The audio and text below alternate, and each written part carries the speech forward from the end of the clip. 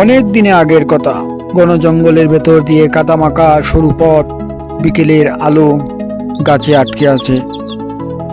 দিনের সারাদিন কোনো কাজ পেল না।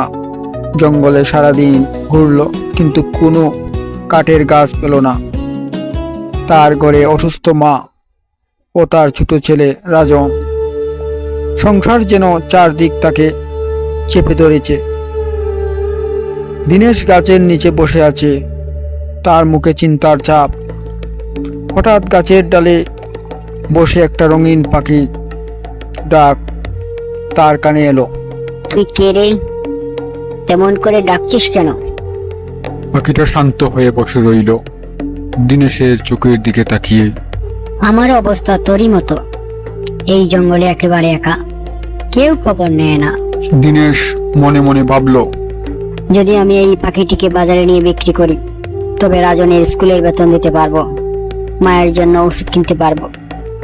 দিনেশের চোখে মুখে লোভ আর অসহায়তার ছায়া একসাথে দেখা যাচ্ছে। দিনেশ কি করবে বুঝে উঠতে পারতেছে না। ঠিক তখনই দিনেশের বাবার কথা মনে হলো। দিনেশ, মনে রাখিস, ঈশ্বর গরিব দিয়ে পরীক্ষা করেন, তাই কখনো লোভ করবি না। লোভ মানুষকে ধ্বংস করে দেয়। না, আমি তোকে ধরবো না, তুই মুক্ত থাক। প্রাণীদের প্রতি অবিচার করব না।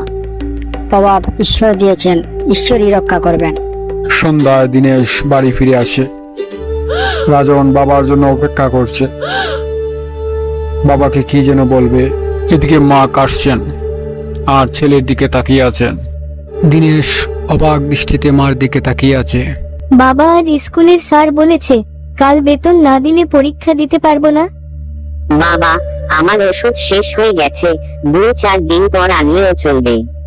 কিন্তু তুই আগে রাজনের স্কুলের টাকাটা জোগাড় কর, না হলে রাজন পরীক্ষা দিতে পারবে না। দিনেশের বুকটা ফেটে যাচ্ছে। হঠাৎ গ্রামের ধনী মানুষ রামপাল সন্ধ্যায় দিনেশের বাড়িতে এলেন। দিনেশ, গ্রামের মানুষদের কাছে শুনলাম তুমি নাকি কাজ খুঁজছো। আমার জমি ও বাগান এখন থেকে তুমি দেখাশোনা করবে। গ্রামের মানুষরা বলেছে তুমি একজন সৎ ভালো মানুষ, তাই তোমার মতো ভালো মানুষের আমার দরকার। তুমি কাল সকালে গিয়ে কিছু টাকা অগ্রিম নিয়ে আসবে। দিনেশ, এখন আমি যাই। রহিমের চোখ ভিজে গেল। রাতের আকাশে ঝলমল করছে, দূরে সেই পাখির ডাক। বাবা, দেখে যাও, আমাদের উঠোনের গাছে একটা সুন্দর পাখি এসেছে। এসে তাড়াতাড়ি এসো। দেখো বাবা, এই পাখিটা কত সুন্দর। বাবা, পাখিটা যেন আমাদের দিকে তাকিয়ে আছে। কি বাবা, কিছু বলছো না কেন?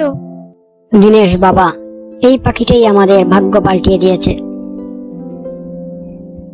বাবা, মনে রাখিস, সৎ পথে থাকলে ঈশ্বর কখনো কাউকে ফিরিয়ে দেন না। মানুষ মানুষের উপরের দিকটা দেখে, কিন্তু ঈশ্বর সবসময় মানুষের ভিতরটা দেখেন। এই গল্প আমাদের মনে করিয়ে দেয় যে মানুষের জীবনে অভাব, কষ্ট, দুঃখ আসতেই পারে, কিন্তু সেই কষ্টের সময়ে যদি মানুষ তার নিজের মানবতা, দয়া, সততা ধরে রাখতে পারে, তাহলে একদিন না একদিন তার সাথে ভালো কিছু হবে। তাই এই গল্প আমাদের শেখায়, মানুষের সম্পদ টাকা পয়সা নয়, বরং তার সৎ মন, দয়া এবং মানবতা। যে মানুষ অন্যের প্রতি মায়া, ভালোবাসা রাখে, ঈশ্বর তার জন্য অবশ্যই কোনো না কোনো ভালো পথ খুলে দেন।